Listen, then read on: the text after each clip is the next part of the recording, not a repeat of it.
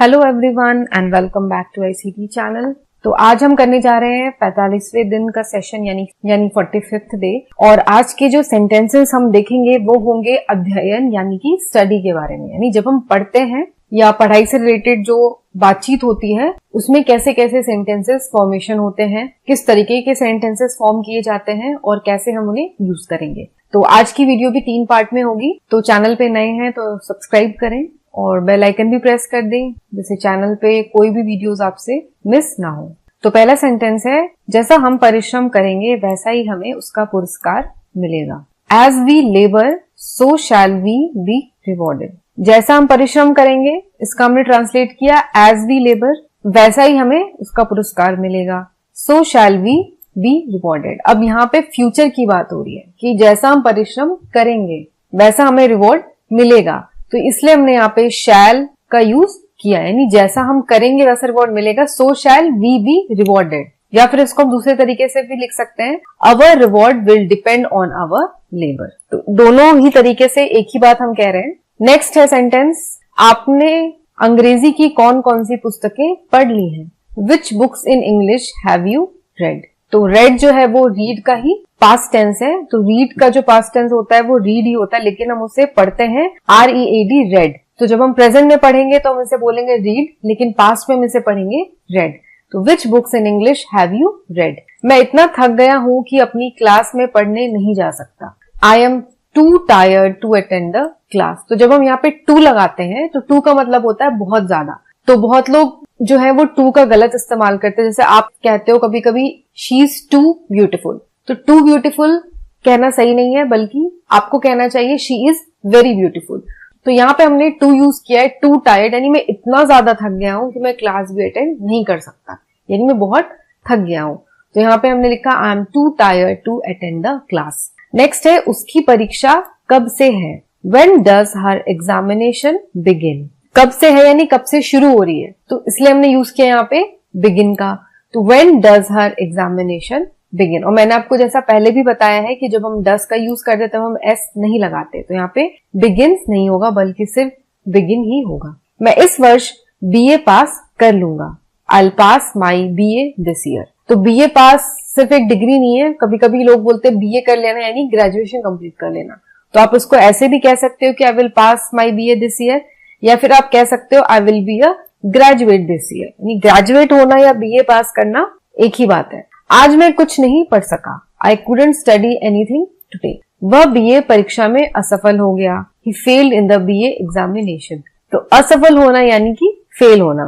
प्रश्न बड़ा आसान है। The question is very easy. ना तो आशा और न ही उसकी बहन लगातार स्कूल आती है। Neither Asha nor his sister come to school regularly. अब यहाँ पे हमने न तो आशा के लिए यूज किया है नाइदर आशा, उसके साथ क्या है सेंटेंस में, न ही उसकी बहन। तो ना ही उसकी बहन के लिए यूज यहाँ पे किया गया है नॉर हर सिस्टर। तो नाइदर के साथ हमेशा नॉर लगता है। वैसे ही वर्ड है ईदर, ईदर के साथ हमेशा और लगता है और नाइदर के साथ हमेशा नॉर लगता है। Neither Asha nor her sister comes to school regularly. मैं जरूर पास हो जाऊंगा। आई विल डेफिनेटली पास या I will definitely get through. तो डेफिनेटली का अर्थ होता है बिल्कुल श्योर, यानी बिल्कुल मैं एकदम श्योर हूं, मुझे पूरा विश्वास है कि मैं पास हो जाऊंगा। मैं पिछली रात बड़ी मजेदार पुस्तक पढ़ी। I read a very interesting book last night. अब पिछली रात के लिए यहाँ पे यूज किया गया है लास्ट नाइट। अगर आज की रात होती तो टुडे या टुडे नाइट, या सिर्फ हम यूज करते नाइट, लेकिन हमने पास्ट वाली नाइट की बात की है तो इसलिए हमने यहाँ पे लिखा है लास्ट नाइट। वह हिंदी में कमजोर है। ही इज वीक इन हिंदी। आजकल क्लास जल्दी लग जाती है। क्लासेस स्टार्ट अर्ली नाउअडेज, या classes start early these days. Early का मतलब होता है जल्दी। हमने अपनी पढ़ाई पूरी कर ली है। वी हैव कंप्लीटेड या we have finished our studies.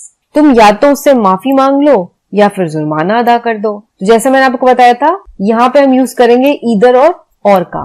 तो तुम या तो उससे माफी मांग लो, इसके लिए हमने लिखा है either you beg his pardon, या तो फिर जुर्माना अदा कर दो। इसके लिए क्या होगा, और पे द फाइन। या के लिए आइदर और दूसरा बार हम कहते हैं या तो उसके लिए और।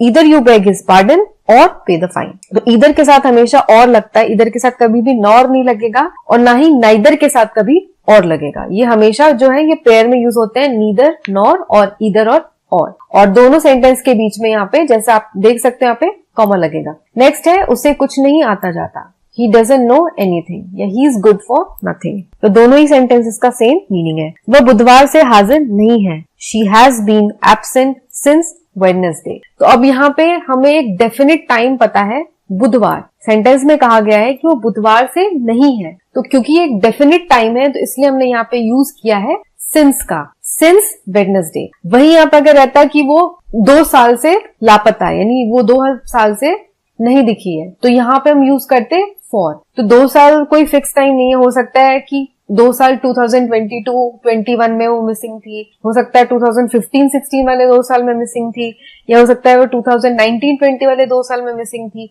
तो ये टाइम फिक्स नहीं है, तो इसलिए जब हम ये सेंटेंस बनाएंगे 2 साल के लिए तो हम बोलेंगे she is been missing for 2 years।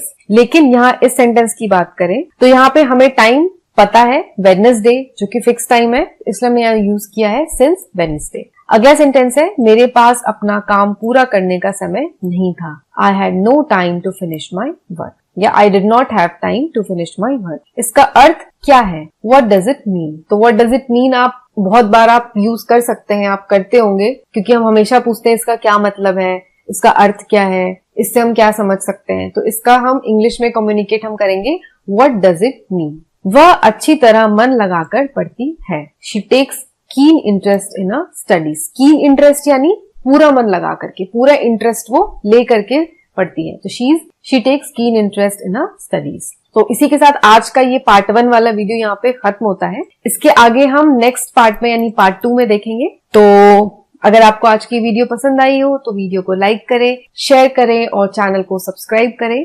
तो आज के लिए बस इतना ही, मैं मिलूंगी आपको अगली वीडियो के साथ। तब तक के लिए take care and have a nice day.